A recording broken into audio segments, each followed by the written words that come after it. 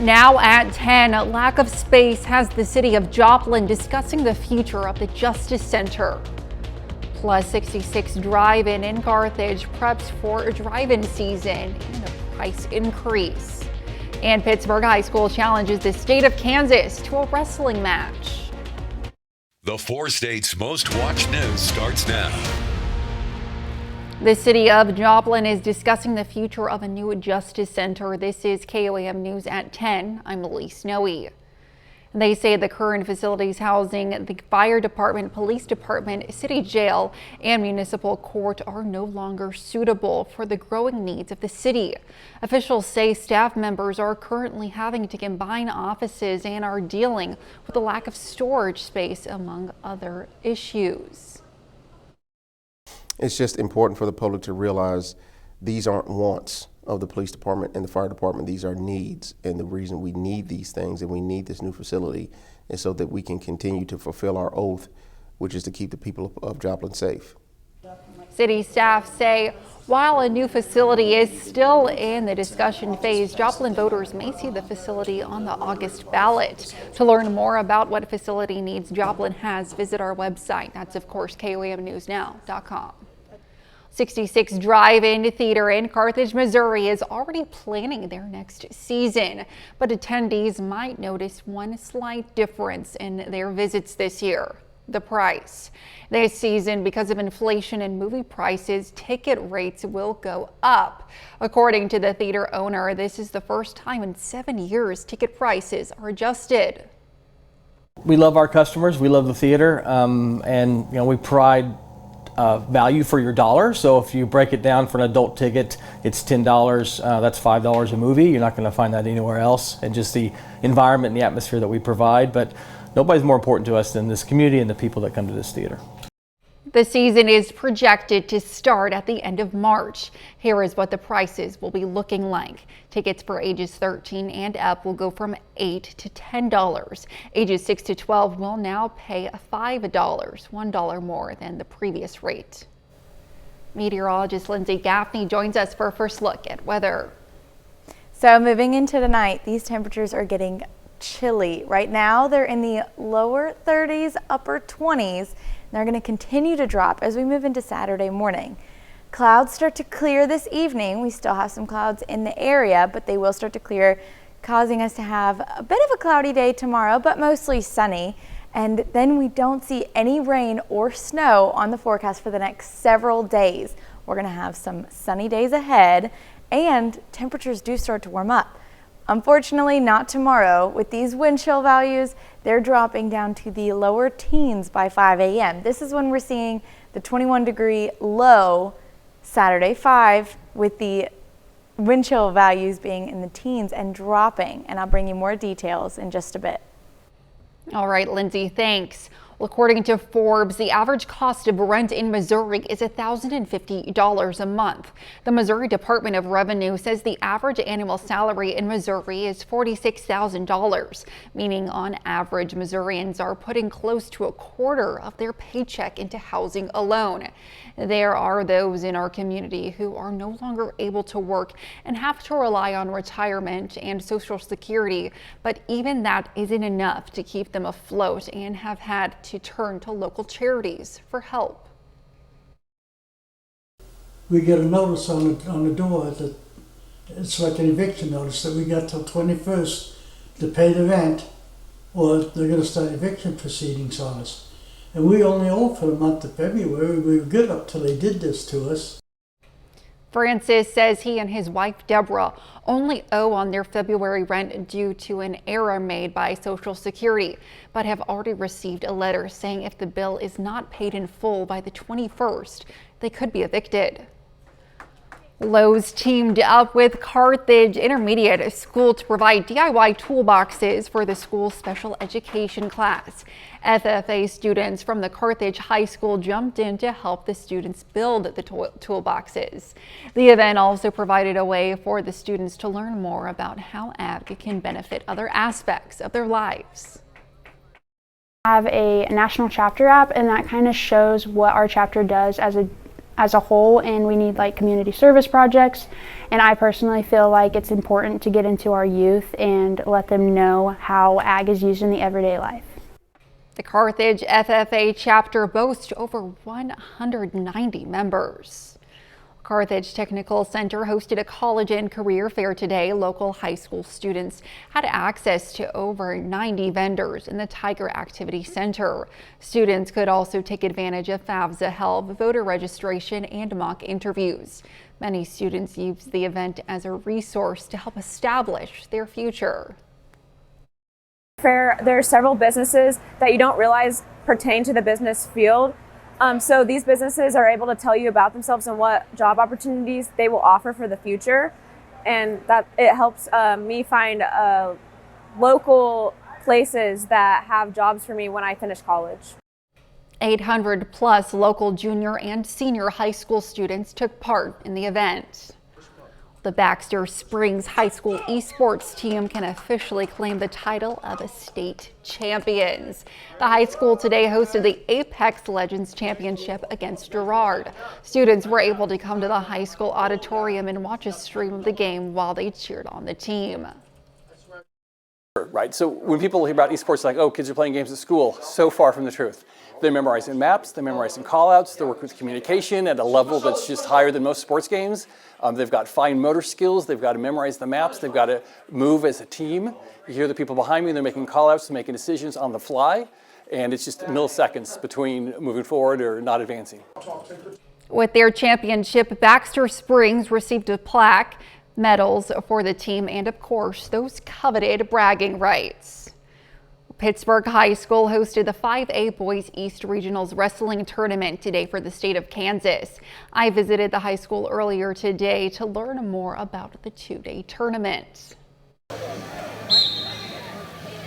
Over 200 wrestlers from 18 different 5A schools from across the eastern side of Kansas traveled to Pittsburgh on Friday to compete in the 5A Boys Wrestling Regionals and to qualify for state. Well, we're hosting regionals for the first time in, I think, 20 years since our head coach was in high school. And for Pittsburgh High School Dragon wrestlers Damaris Party and Stone Peary, they're locked in for the two-day tournament. We've both wrestled twice and won twice. We're about to go into the semis. The Pittsburgh School District canceled school for the entire district on Friday.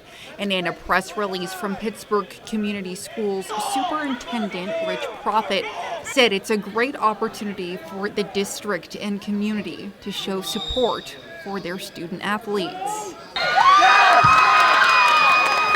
It feels nice. I mean, it's a little chaotic with everyone being here, but other than that, it's just like another wrestling match. I do personally not like driving 5 hours and having to wake up at 3 in the morning every time.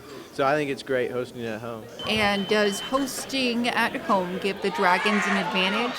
Well, these two student wrestlers say yes, it does. Especially with the home crowd. It's a great atmosphere. Reporting in Pittsburgh, Elise Noe, KOAM News. The tournament will continue tomorrow at 10 a.m. and the state qualifiers will be determined tomorrow evening. Later in sports, high school basketball for Missouri will soon head into the postseason. Broadcast highlights from tonight's regular season matchups. Plus, former President Donald Trump ordered to pay more than $350 million in connection to his civil fraud trial. I'm Christian Benavides with the additional penalties the judge imposed. Thinking about upgrading your laundry, then you should be. A New York State Supreme Court judge ordered former President Donald Trump and his companies to pay close to $355 million in penalties in a civil fraud trial. Christian Benavides has the latest. Former President Donald Trump vowed to appeal a judge's decision to impose a nearly $355 million penalty against him in a civil fraud case. A crooked New York State judge just ruled that I have to pay a fine of $355 million for having built a perfect company. Great cash, great buildings, great everything. Judge Arthur Engoron ruled that Trump, his companies, and some executives were involved in an ongoing scheme to dupe banks and others with financial statements that inflated the former president's wealth. In his ruling, the judge said of Trump and the other defendants, their complete lack of remorse borders on pathological. And for years, Donald Trump engaged in deceptive business practices and tremendous fraud. Friday's decision bars the former president from serving as an officer or director for his New York businesses or any New York corporation for 3 years. It's not a situation where people have lost money, let alone lost lives because of a fraud. He really does have a viable argument that this is a different justice system applying to him and to his business. Judge Engoron stepped back from an earlier ruling that would have dissolved Trump's New York-based companies altogether. White-collar financial fraud is not a victimless crime. New York Attorney General Letitia James sued Trump in 2022 under a state law that authorizes her to investigate persistent fraud in business dealings. Christian Benavides, CBS News, New York. Trump's 2 sons were each fined $4 million and barred from doing business in New York for 2 years. That brings the leadership of the family company into question. Mercy health officials say they plan to expand primary care services when they take over Via Christi Hospital in Pittsburgh. It was announced yesterday the hospital would be transferring from Ascension to Mercy. We spoke with the president of Mercy Joplin today about what their plan is for the hospital going forward and how it will impact health insurance for patients. Insurance at all. We obviously the governmental payers will be across the piece of it. We don't see any issues with any payers as far as insurance be able to take care of patients either in Kansas or in Missouri. We take care of a lot of patients from Kansas already, and so we don't have any issues. Drinkwitz also says Mercy plans to bring in some additional specialists to its Pittsburgh facilities. A little later, big night for high school basketball in Oklahoma. Brock has highlights from Wyandotte versus Quapaw coming up in sport. We'll also take a look at the upcoming forecast up next.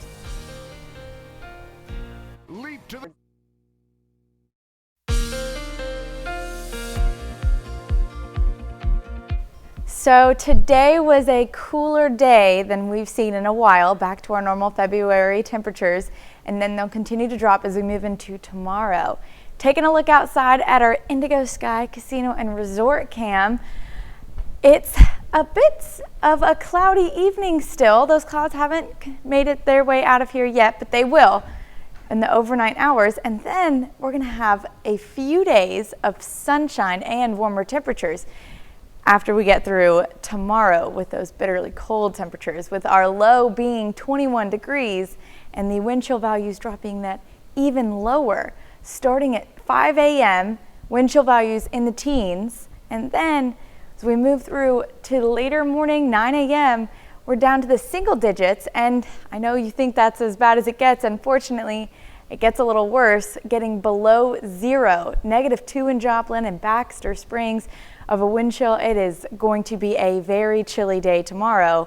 And then by Sunday, we do start to see the wind chill start to pick up and match the regular temperature. Lucky for us, we're going to have a few more days after that of sunshine and warmer temperatures. So our high tomorrow will be 37 degrees. Now that wind chill, like I said, is going to be below zero if you're in the Joplin region and still sticking around the single digits around the remainder of the region. And then we're going to see on Sunday a ridge form in our area that's bringing the sunshine and warmer temperatures. And then we'll see a shortwave trough just in Omaha. That's bringing some clouds on Monday, unfortunately. It'll still be a mostly sunny day, but with a few clouds, and then that'll move out of our area before it has any rain. And then we'll go to a ridge, a wide ridge across the central U.S. That's going to bring sinking air, warmer temperatures, sunny skies for the first half of the week. Monday through Wednesday, 7 a.m., this is Wednesday, and then by Wednesday evening, we do see some showers start to come into our area. Wednesday high will be around the 70s, and then the showers will cool some things off. Thursday, early hours, 3 a.m., that's when the heaviest rain starts to make its way into the southern counties, and it'll stick around all through your morning commute and making your way to school, work. It's going to be raining in the southern counties south of Joplin, and it's going to stick around all morning and clearing by the evening. So starting tomorrow, we're going to have a cold day ahead with the wind chill values dropping below 0. Then it will start to warm up Sunday, Monday, Tuesday, up to the upper 50s, moving into 60s, and by Wednesday up to 72 degrees with showers rolling in. They could roll in before midnight, but we will see remainder of the showers on Thursday morning, clearing by the afternoon, giving us a few more days next weekend of sunny skies. Unfortunately, not temperatures back up to the 70s, but still warmer than a normal February. Warmer than a normal February, but I'm still not happy about tomorrow. I'm not either. All right, thanks, Lindsay. Well, it's the first Friday of Lent, so a Joplin church is hosting a fish fry. The Knights of Columbus and St. Peter the Apostle Catholic Church hosted the fry. According to the Catholic faith, eating meat on Fridays during Lent is prohibited because that's the day Jesus' body was on the cross. For a lot of us, it is a chance to get together. Lent is a time of us preparing for Easter, and so from praying and fasting, so this is a chance for us to all come together, see our community, and kind of prepare ourselves. Well, the food is good, and it's nice to run into some people that we don't see maybe every week. The church plans to host a fish fry every Friday during Lent from 5 to 7 p.m. Coming up in sports, the Webb City boys basketball team looks to stay undefeated in conference play. Plus, playoff basketball begins in Oklahoma. Brock Baldridge has the highlights from the game up next in sports.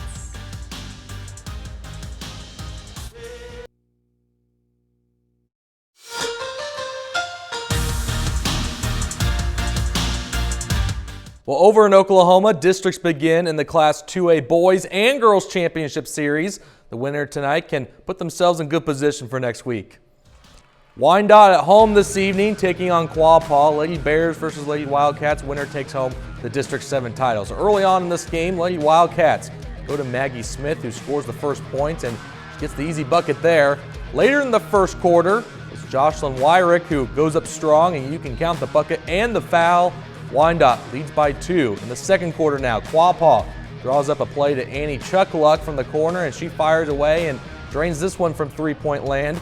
Lady Wildcats back in front by 2, but Wyandotte responds quickly as Amanda Stevens gets nothing from net from beyond the arc.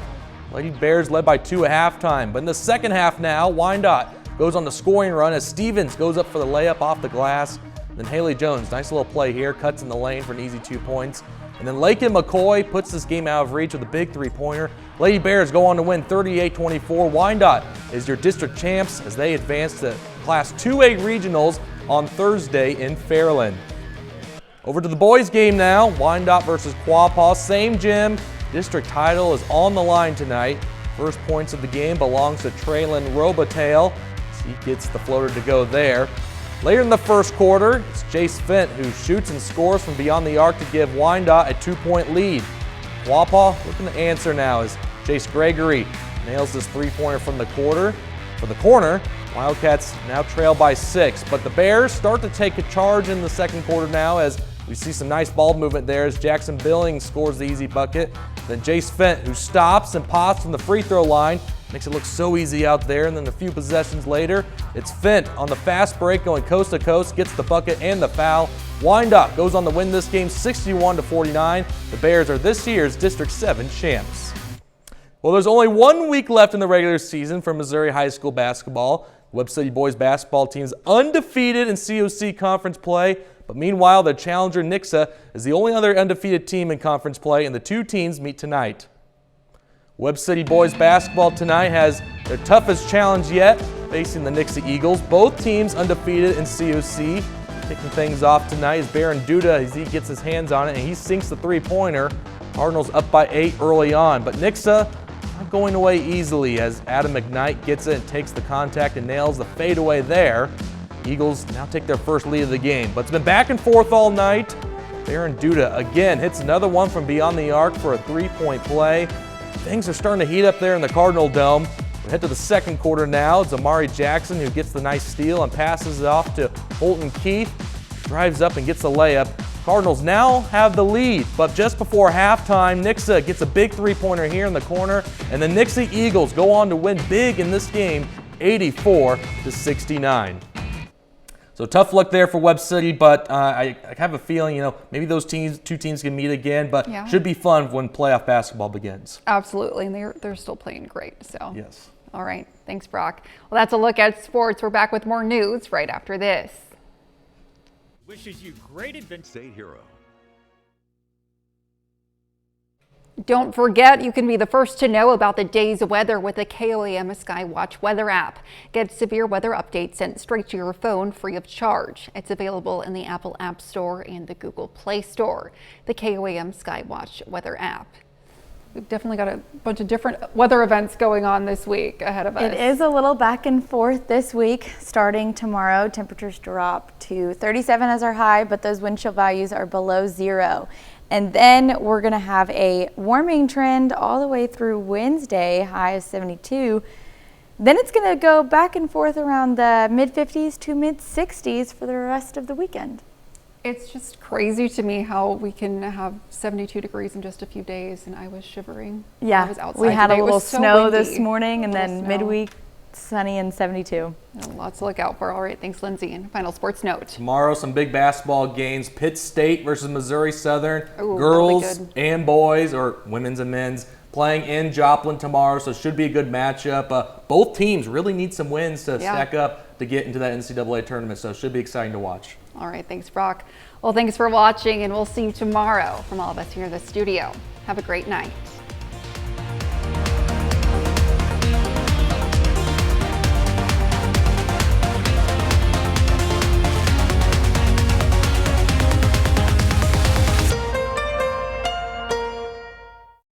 Captioning on KOAM